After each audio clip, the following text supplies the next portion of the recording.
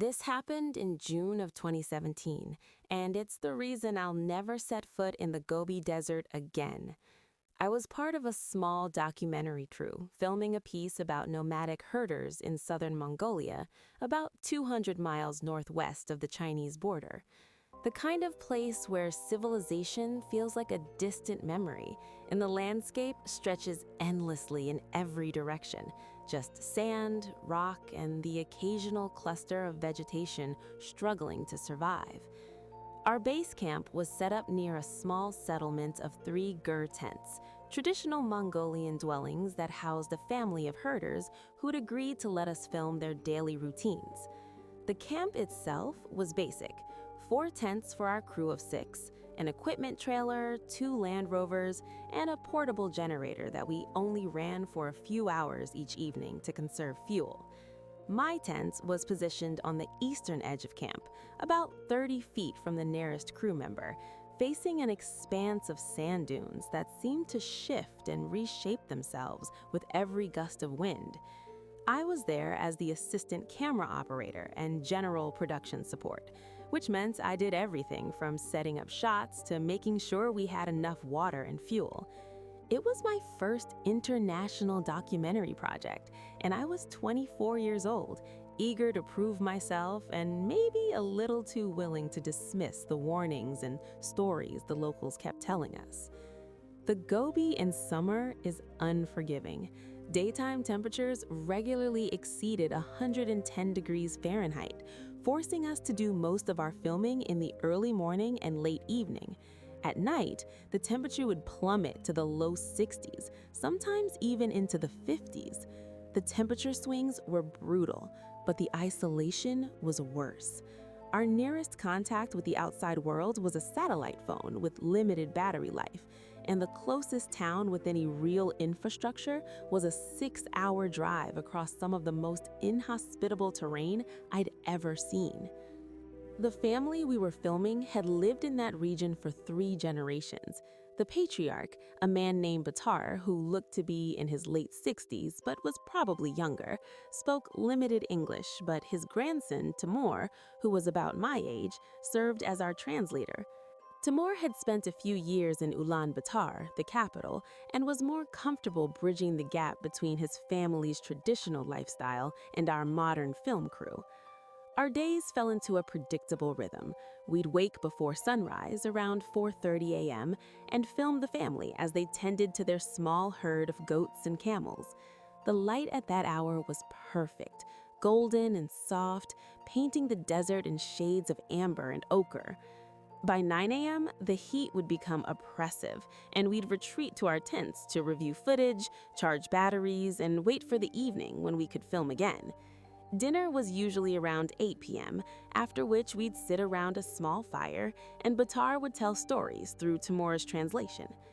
It was during one of these evening sessions, about 5 days into our 2-week shoot, that Batar first mentioned the olgoi-khorkhoi.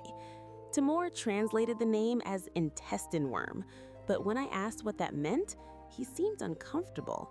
He explained that it was a creature local herders believed lived in the sand, emerging during the hottest months of the year. According to the stories, it was about 2 to 3 feet long, thick as a man's arm, red in color, and deadly.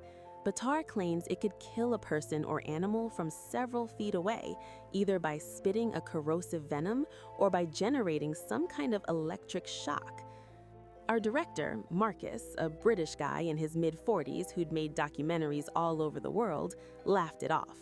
"Mongolian Death Worm folklore," he said, winking at me. "Every remote culture has their monster stories. It's probably just a misidentified snake or lizard." But I noticed Batar didn't smile when Marcus dismissed it. He said something to Timur in Mongolian, and Timur translated, "He says people who don't believe are the ones who get hurt." Over the next few days, I started noticing things. The family's goats, which normally grazed fairly spread out across the available vegetation, had started clustering together in tight groups, refusing to venture more than 100 feet from the gurs. Batar's wife, whose name I never properly learned how to pronounce, had started throwing small offerings of food into the sand at the edge of their camp each morning, muttering what Timur said were protective prayers. When I asked why, Timur said it was worm season and his grandmother was being cautious. On the 8th day of filming, one of the family's goats died. We found it in the morning, about 50 yards from camp, lying on its side in the sand. At first glance, it looked like it might have succumbed to the heat or dehydration, but when Batar examined it closely, his expression changed. He called Timur over, and the two of them had a rapid, intense conversation in Mongolian. Batar kept pointing at the goat's mouth and the sand around its body. Timur turned to us and said the goat had been killed by the olgoi-khorkhoi. Marcus asked how he could possibly know that, and Timur said to look at the mouth.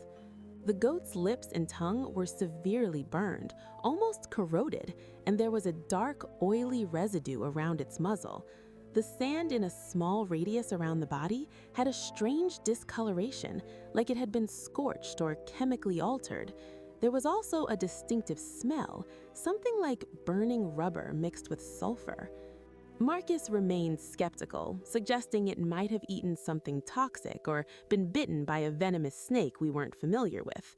But our cinematographer, Yuki, a Japanese woman who'd filmed in extreme environments for 15 years, said she'd seen a lot of animal deaths in remote locations, and this didn't match any pattern she recognized.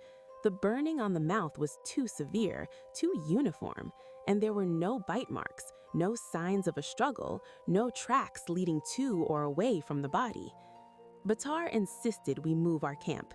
He said the presence of the worm this close meant it was hunting in the area, and staying was dangerous. Marcus refused, saying we were more than halfway through our shooting schedule, and relocating would cost us valuable time and create logistical nightmares. He promised we'd be more careful, stay closer to camp, and avoid wandering off alone.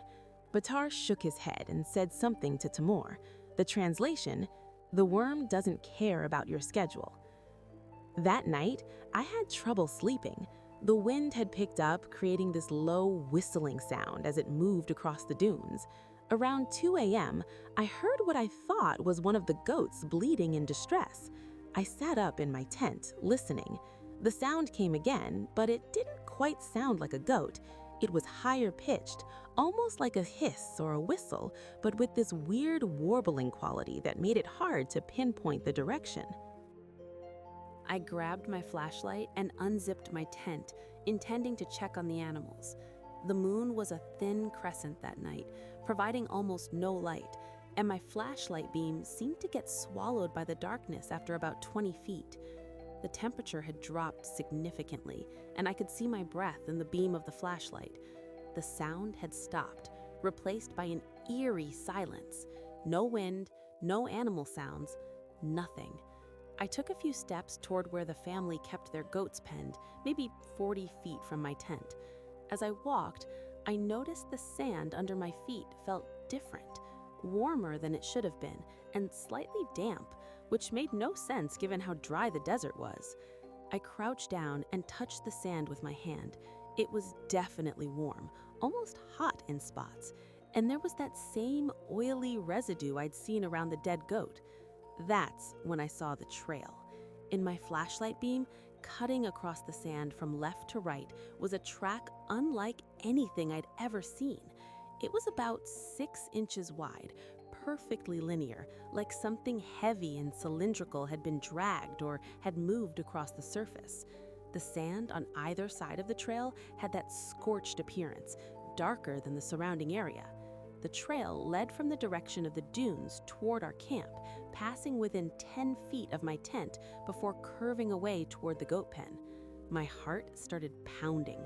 I followed the trail with my flashlight beam, and about 15 feet ahead, I saw movement. Something was gliding across the sand, moving with this smooth, undulating motion that reminded me of a snake, but faster, more deliberate.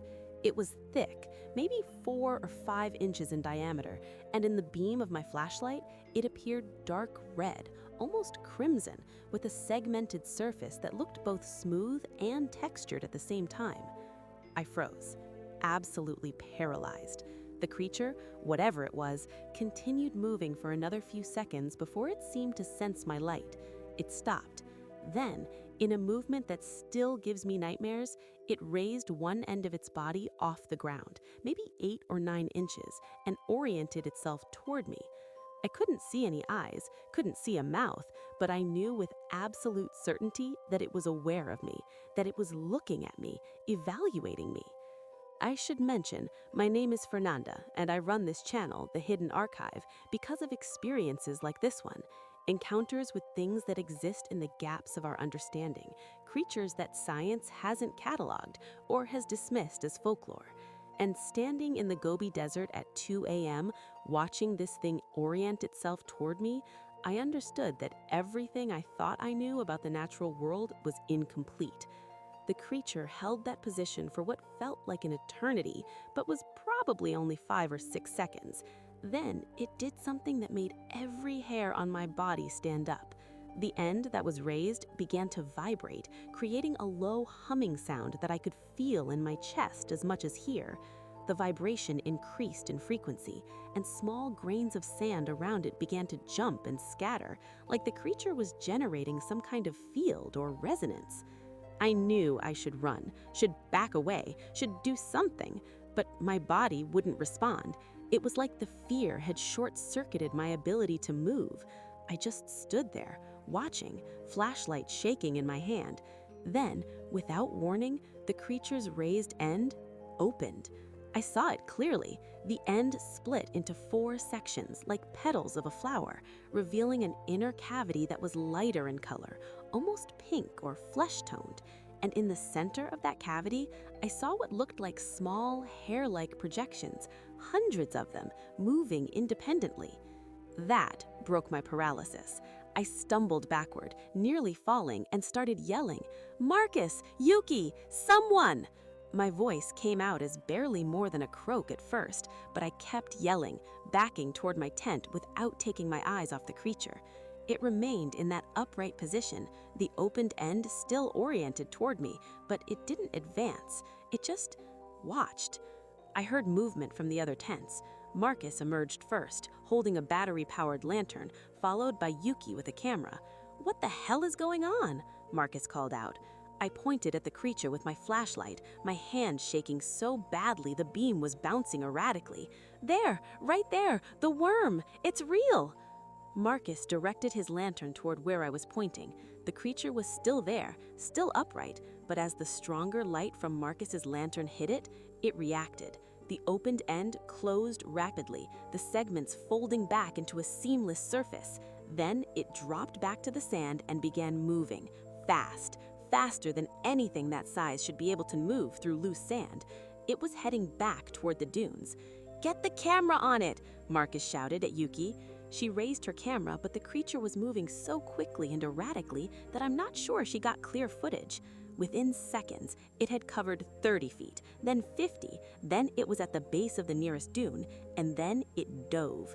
Not burrowed, not dug, but dove, like a swimmer entering water.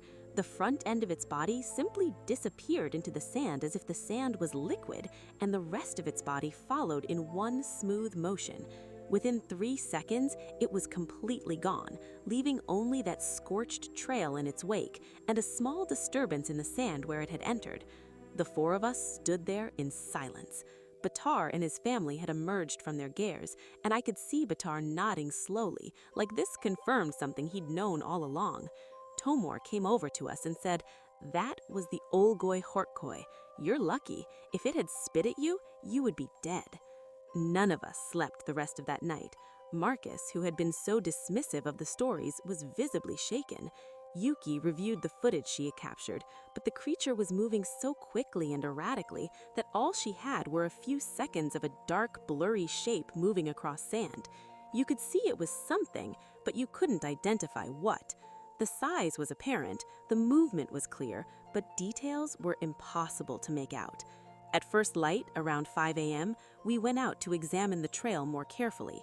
It was still there, cutting across the sand in that perfectly linear path. We followed it from where I'd first seen the creature, all the way to where it had disappeared into the dune. The entire trail was approximately 80 feet long. We took measurements, photographs, even collected samples of the scorched sand in plastic bags. Marcus tried to maintain his skepticism, suggesting it might have been a large snake or legless lizard native to the region we simply weren't familiar with. But Batar, through Tomor, explained that no snake could move through sand that way, no snake could leave that kind of trail, and no snake could dive into solid sand like it was water.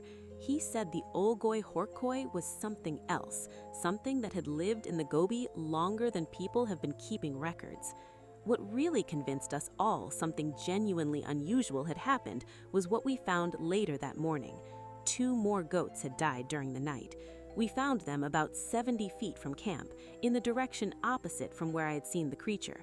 Both had the same burned mouth and muzzle, the same corrosive residue, the same scorched sand around them.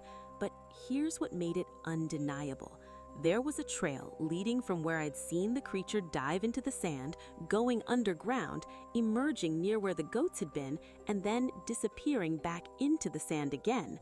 The trail was visible because the sand directly above where it had traveled was subtly disturbed, creating this faint line that ran for over 200 feet. It was like watching the wake of a submarine, but in sand instead of water. The creature had moved underground, traveled a significant distance, emerged to kill the goats, and then gone back under. The implications were terrifying. This thing could move beneath the surface, could navigate underground, could emerge anywhere. Batar said we needed to leave immediately. He said his family was also leaving, moving their gears to a location about 15 miles away until the worm moved on or went dormant. Marcus finally agreed. He said we had enough footage and it wasn't worth risking anyone's life to get more. We spent the next 6 hours breaking down camp, packing equipment, and preparing to leave. As we were loading the last of our equipment into the Land Rovers around noon, Yuki noticed something. Near where the creature had disappeared into the dune, the sand was moving.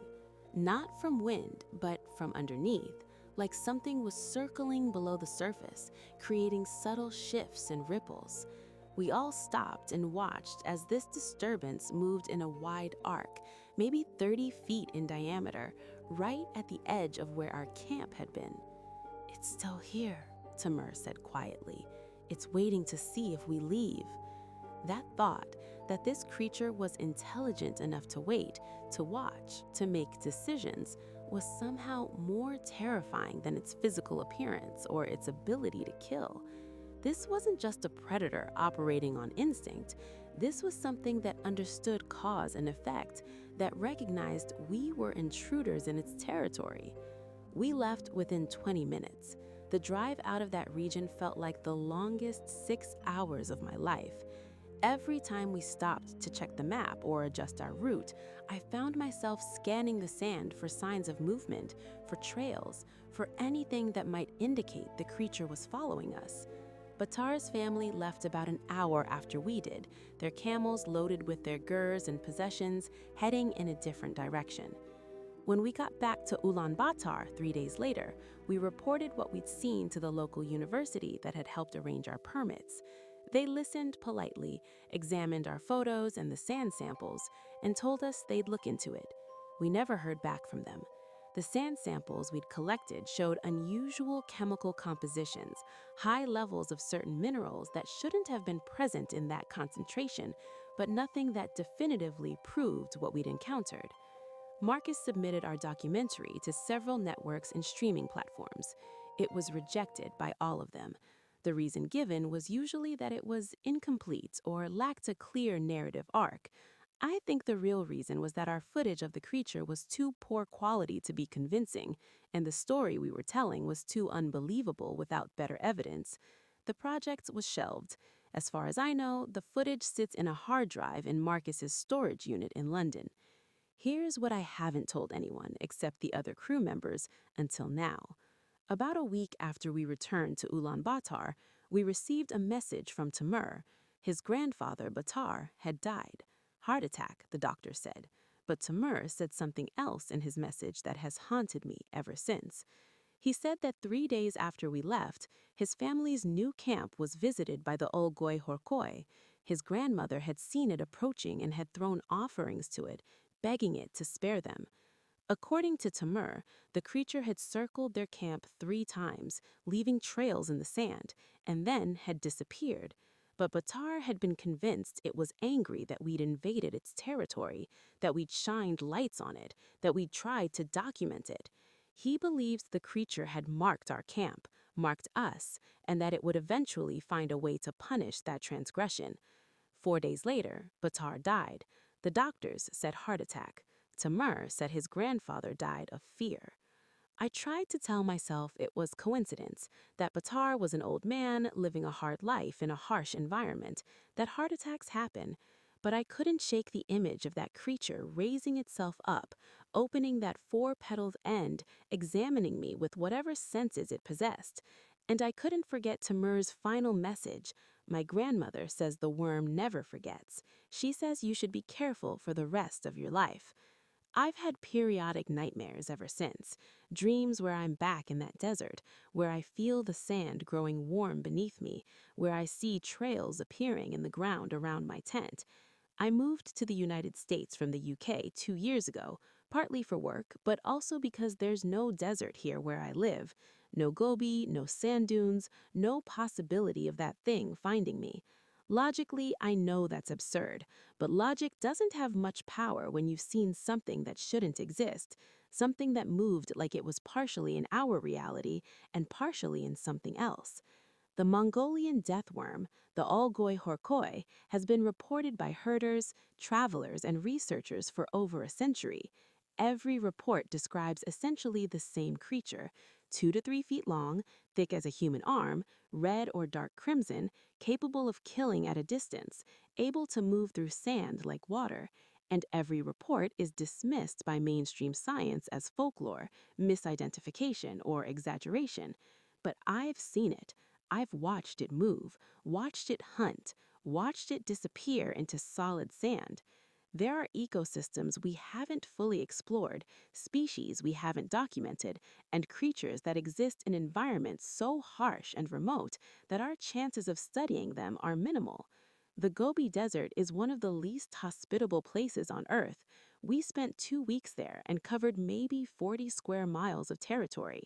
The Gobi itself spans over 500,000 square miles. How much of that has been systematically surveyed? How many creatures might live there, perfectly adapted to an environment we can barely survive in? Life before and after seeing the impossible are two different states of existence. You can't go back to comfortable certainty. You can't pretend the world is fully known and cataloged.